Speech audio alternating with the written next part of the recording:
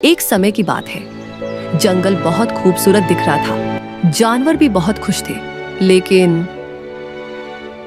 अरे भाई, राजा शेर का गुफा कहाँ है? अरे क्या हुआ भाई, इतने जल्दी में क्यों हो? अभी मेरे पास इतना टाइम नहीं है, मुझे बस इतना बता दो राजा शेर का गुफा कहाँ है।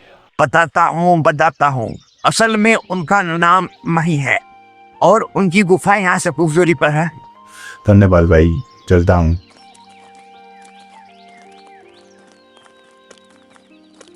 मही इस जंगल का राजा है जो बहुत ही शांत और दयालु है।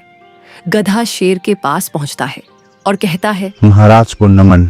मही पीछे मुड़कर देखता है। अरे मेरे दोस्त, तुम पड़ोसी जंगल से चले आए। जी महाराज। तो बताओ मुझे क्या क्या पता चला? क्या वो लोग हमारे खिलाफ साजिश कर रहे हैं? दुर्भाग्य से हाँ महाराज। अचानक से मही शांत हो जाता है, फिर कहता है, क्या करने वाले हैं वो लोग? गधे ने सारी बात बताई।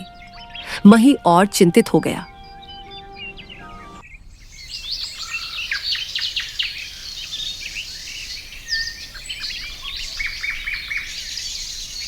कुछ दिनों बाद क्या हुआ?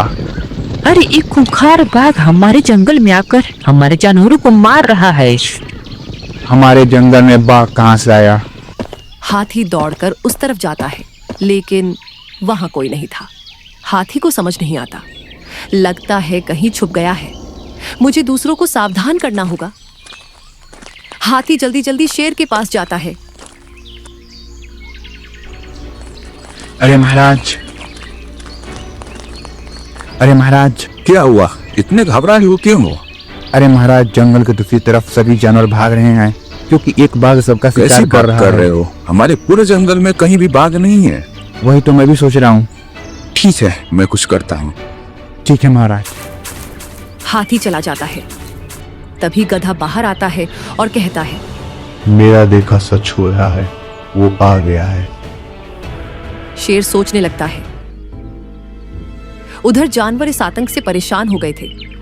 ठीक है, अब हमें चलना चाहिए। क्यों, क्या हुआ? अरे तुम्हें पता नहीं, इस बाघ का आने का टाइम हो गया है। क्या पता हम ही अपना शिकार बना ले। हाँ, पता नहीं कहाँ से ये आफत हमारे गले पड़ गया। तभी बाघ अचानक से हमला कर देता है। वो तो तुम सबका राजा कहाँ है? मैं क्या? नहीं बताऊंगा। ठीक है, बताता हूँ। देरी किस बात की? जल्दी बताओ, कहाँ है वो जंगल के दूसरी तरफ पहाड़ी के पास है। बाघ गुस्से में उधर की ओर दौड़ते हुए जाता है। उधर शेर एक सभा में होता है। मेरे दोस्तों, जैसा कि आपको पता चल ही गया होगा कि एक निर्दयी बाघ हमारे जंगल में आ गया है। हमें नहीं पता कि उसका मकसद क्या है और हमें भी नहीं पता कि वो क्यों यहाँ आया है। खैर, मुझे ऐसे लोग चाहिए जो उस बाघ को पकड़ने में मेरी मदद करे बिना अपनी परवाह किए। सभी जानवर शांत हो जाते हैं। तभी उसमें से एक जानवर आगे आकर कहता है, मैं करूँगा। सभी जानवर उसकी तरफ देखने लगते हैं। उसको देखकर कुछ और जानवर भी बाहर आते हैं। ठीक है, तो जो जानवर तैयार हैं उनकी बहादुरी की दाद देता हूँ। खैर, आप सभी जा सकते हैं। जैसे ही मेरी योजना पूरी होगी, मैं आपको कार्यवाही के लिए सूचित कर दूंगा। सभी जानवर चले जाते हैं। मही को मन ही मन एक बात खाई जा रही थी। आखिर वो बाघ यहाँ क्या करने आया है? क्या वो मेरा शासन छीनना चाहता है? गधा मही की चिंता को भांपते हुए कहता है, क्या बात है महाराज, आप चिंतित लग रहे हैं। नहीं, मैं ठीक हूँ। वैसे तुम मेरा एक काम करोगे? आदेश कीजिए महाराज। मैं चाहता हूँ कि तुम पता लगाओ कि वो बाघ यहाँ क्यों आया है। परंतु महाराज, ये तो बहुत ही मुश्किल काम है, फिर भी मैं आपके लिए करने के लिए तैयार हूँ। गधा वहां से चला जाता है। अब भी वो रास्ते में ही होता है कि बाघ उसे मिल जाता है, जो आंखें लाल के शेर के पास ही जा रहा था। बाघ गधे को देखते ही दबोच लेता है और कहता है, बताओ, तुम सबका राजा कहाँ है? गधा कुछ देर सोचता है, फिर कहता है, राजा तो जंगल छोड़ के भाग गया। इसका मतलब पूरे जंगल पर मेरा राज होगा। अगर तू झूठ ना बोल रहा हो तो। अच्छा, एक बात तो साफ हो गई, ये राजा को हराने के लिए ही आया है। मैं जाऊं? बाघ उसे जाने देता है। कुछ दूर चलता है, फिर रुक जाता है। अरे यार, मेरे यहाँ तक आने का क्या फायदा जब वो जंगल पर वैसे भी राजी करने वाला है और मैं इसका कुछ कर भी नहीं सकता, नहीं तो ये मेरा कीमा बना देगा। एक काम करता हूँ, शेर को ही सारी बातें बता देता हूँ, बाघ उनकी सत्ता छीनने आ रहा है। गधा शेर के पास जाता है और शेर को सारी बात बताता है। मही शांति से बात सुनता है और गुफा में चला जाता है। गधा भी बाघ को रोकने के लिए कुछ इंतजाम करने चला जाता है। बाघ को रास्ते में एक लोहे का पंजा दिखता है। बाघ के दिमाग में एक आइडिया आता है। वो सोचता है कि क्यों न शेर को लड़ाई के लिए चुनौती दे और शेर को उसी लड़ाई में मार दे जिससे वो इस जंगल जीत पाए। बाघ शेर के गुफा के पास जाता है और कहता है, कहाँ हो? वहीं बाहर निकलो। वहीं बाहर आता है और निडरता से बोलता है, क्या हुआ? क्यों यहाँ अपनी मौत को दावत देने आए हो? बाघ हंसता है और कहता है, कुछ ही देर में पता चल जाएगा कौन इसको दावत लेने आया है। मैं तुम्हें चुनौती देता हूँ द्वंद्व युद्ध के लिए। अगर तुम जीते तो मैं यह जंगल छोड़कर चला जाऊंगा, लेकिन अगर मैं जीता तो तुम जंगल छोड़ दोगे और इस जंगल का राजा मैं हो जाऊंगा। यह बात मही के सम्मान पर आ चुकी थी। मही तुरंत हाँ बोल देता है। यह सब कुछ गधा होते हुए देख लेता है और उसके मन में यह बात घूमने लगती है कि बाघ कोई चाल चल रहा है, लेकिन इसमें गधा भी कुछ नहीं कर सकता था। कुछ दिनों बाद सभी जानवर एक मैदान में इकट्ठे होते हैं। शेर और बाघ भी आते हैं। दोनों के बीच घमासान लड़ाई शुरू होती है। बाघ शेर पर भारी पड़ रहा था। तभी बाघ अपने पंजे में पहना लोहे के हथियार से शेर पर हमला कर देता है। शेर घायल हो जाता है। बाघ सोचता है कि यही मौका है इसे खत्म करने का। शेर को गधे की बात याद आती है। शेर पूरी ताकत से उठता है और बाघ के नाक पर मरता है। बाघ वहीं पर मूर्छित होकर गिर जाता है।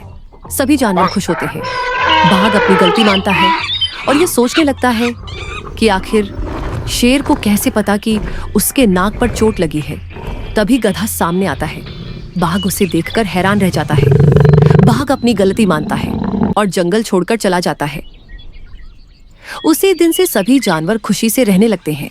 लेकिन यह बात यहीं तक नहीं रुकती। बाघ वहां से चला तो जाता है, लेकिन उसके मन से राजा बनने का ख्वाब नहीं जाता। उनकी यह मजाल, समय आने पर किसी को नहीं छोड़ूंगा, पूरे जंगल को ही बर्बाद कर दूंगा। आज मेरी जीत की खुशी में मैं आप सभी लोगों को दावत पर आमंत्रित करता है। सभी जानवर खुशी से झूम उठते हैं और दावत की तैयारी करते हैं। सभी जानवर शेर के पार्टी में चले गए थे, इसलिए जंगल में भी कोई नहीं था। बाघ को बहुत ही अचंभा होता है। ताज्जुब की बात है, अभी यहाँ कोई नहीं है। सभी जानवर गए तो गए थे, कौन समझा जंगल में जानवर क्यों नहीं है। सभी जानवर तो उस माई के दावत में रहे हैं। मेरे दिमाग में खतरनाक आइडिया आया है। अब नहीं बचेगा यह। बाघ शेर से नहीं लड़ सकता, लेकिन शेर से तो लड़ सकता है ना। और इतना कहकर बाघ अपने इलाके वापस लौट जाता है। पूरे जंगल में कुछ महीनों तक शांति रहती है। सभी जानवर रोज की तरह निडर होकर अपना कार्य करते हैं। लेकिन अचानक एक दिन एक शेर उसे जंगल में हमला कर देता है और सीधे राजा के पास जाता है और कहता है, मैं अपने राजा से निष्कासित हो गया है और मैं इस जंगल में राज करना चाहता हूँ। या तो तुम स्वयं से यह जगह का आधिपत्य मुझे सौंप या मुझसे द्वंद्व युद्ध करो। मही उससे कुछ समय मांगता है और अपनी गुफा में चला जाता है। क्या हो गया है हमारे जंगल में? हर कोई दूसरा आकर मुझसे यही बोल रहा है कि मुझे जंगल का राजा बनना है। क्या मैं अच्छे से न्याय नहीं कर पा रहा? नहीं महाराज, आप बहुत अच्छे से न्याय कर पा रहे हैं। फिर ऐसा क्यों है? मुझे तो लगता है इसमें किसी की चाल है। मेरे पास एक विचार है, यदि आप कहें तो मैं आपके सामने प्रस्तुत करूं। शेर उसे हाँ बोलता है और गधा सारी बातें उसे बताता है। फिर शेर और मही मैदान में लड़ाई के लिए जाते हैं। घंटी बजती है और लड़ाई शुरू होती है। मही पर शेर भारी पड़ रहा था और अंत में वही होता है जिसकी बिल्कुल उम्मीद नहीं थी।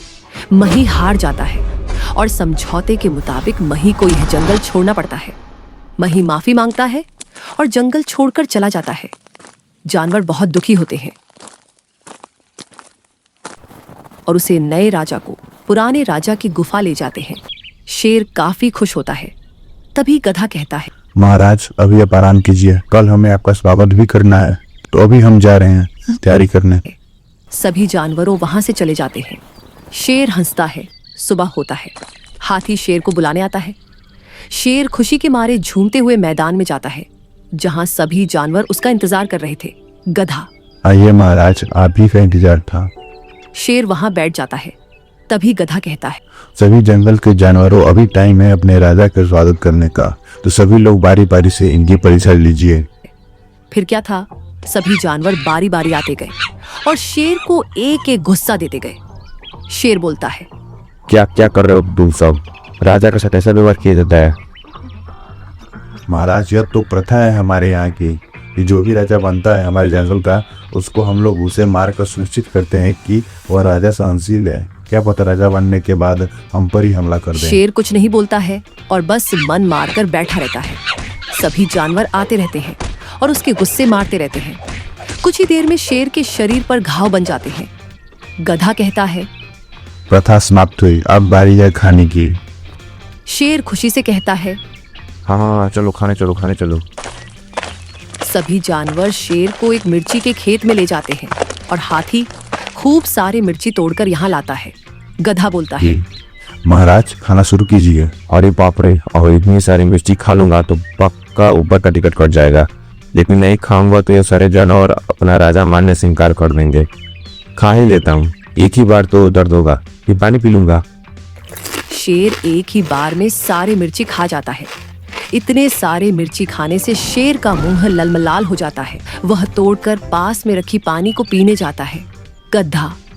वह महाराज को पहले से ही पता है कि अब उन्हें करेले का जूस पीना है। शेर जल्दी जल्दी से करेले का जूस को पानी समझकर पी जाता है। अब शेर का होश का ठिकाना नहीं, वो गिर जाता है। बस करो, अब नहीं होगा मुझसे। अरे मैं राजा वाजा कुछ नहीं हूँ, मैं तो बाघ हूँ। और इतना कहकर रोने लगता है। गधा कहता है, अरे महाराज, अभी 3 प्रथा और हैं।